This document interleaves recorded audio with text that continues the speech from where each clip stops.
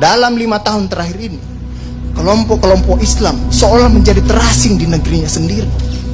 Itu yang dirasakan. Berapa ulama yang berjuang mendirikan republik ini? Indonesia 80% penduduknya umat Islam. Tidak pernah meminta 80% hasil sumber daya alam yang dikuasai negara untuk umat Islam. Gak ada yang minta. Ada gak yang minta? 80% umat Islam penduduk Indonesia tidak pernah meminta 80% APBN untuk umat Islam. Gak ada yang diminta. Sederhana permintaan umat Islam. Dia mau berdialog sama Tuhannya. Dia mau mengingatkan umatnya akan kebaikan, yang tidak hanya mengajarkan doa makan dan doa minum, tapi juga cara memilih pemimpin. Itu kira-kira. Inilah ketegangan-ketegangan.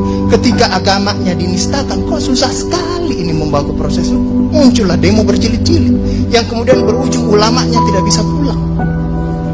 Belum lagi penghujung, kemudian ada agama yang diperhadapkan sebagai musuh besar Pancasila. Nah, ini yang menarik menurut saya. Saya ini Islam, tapi bukan pengetahuan Islamnya seperti Ustadz Ali Muhtar Ngabalin dan Abu Bakar, Ustadz Abu Bakar.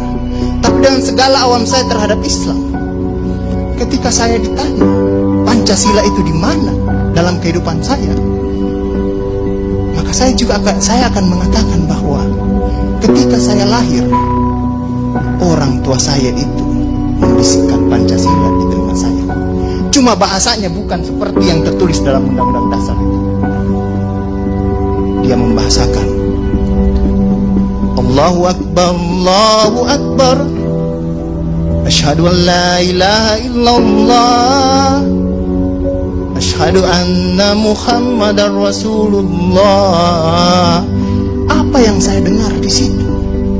Ketuhanan yang Maha Esa. Hayya 'alas shalah. Apa yang saya dengar di situ? Mari kita bersatu sama-sama, karena kita akan mendirikan sholat. Dan Al-Ankabut mengatakan sholat itu mencegah kamu dari perbuatan keji dan mungkar. Ada kemanusiaan yang adil dan beradab. Saya dengar di situ. Hayya 'alal falah. Mari sama-sama menuju kemenangan. Kemenangan yang bagaimana kita peroleh? Kerakyatan yang dipimpin oleh hikmat kebijaksanaan dalam permusyawaratan perwakilan. Kemenangan yang bagaimana? Keadilan sosial bagi seluruh rakyat Indonesia. Itulah kemenangan yang kita tuju. Kita kembali lagi takbir, Allahu Akbar, Allahu Akbar, la ilaha illallah. Kita ulang lagi. Dan Pancasila yang kita tiupkan itu 5 kali sehari, belum selesai di sini, selesai bunyi terus. Ya kan Ustaz kan? Belum selesai di daerah sini, selesai bunyi bertalu-talu terus. Seluruh dunia bertalu-talu. Inilah Islam yang kemudian sekarang dalam kelompok ini, Ustaz Ali Muhtar Ngabalin, saya banyak belajar dari beliau. Inilah yang kemudian sekarang, kenapa kami mau diperhadap-hadapkan? Kenapa kami ada yang menjalankan keyakinannya ketika dia celananya cingkrang, radikal, atau dia pakai cadar, dulu diperhadap-hadapkan. Saya Indonesia, saya Pancasila, ada dulu itu banyak sekali seperti itu. Kenapa kami seperti ini? Sekarang, akhirnya sekarang semua orang disuruh pakai cadar. Inilah kemudian rentetan yang membuat istilah tadi Ustadz Abu Bakar, kok paranoid sekali dengan undang-undang HIP ini. Ada luka. Ada luka yang tadinya sudah mulai mengering, dilupakan.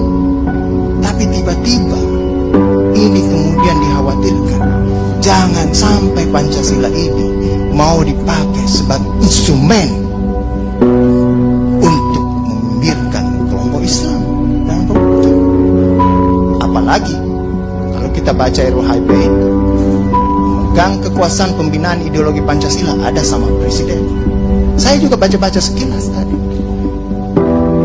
Kok di situ ditulis pendidikan nasional menurut undang-undang ini itu berubah.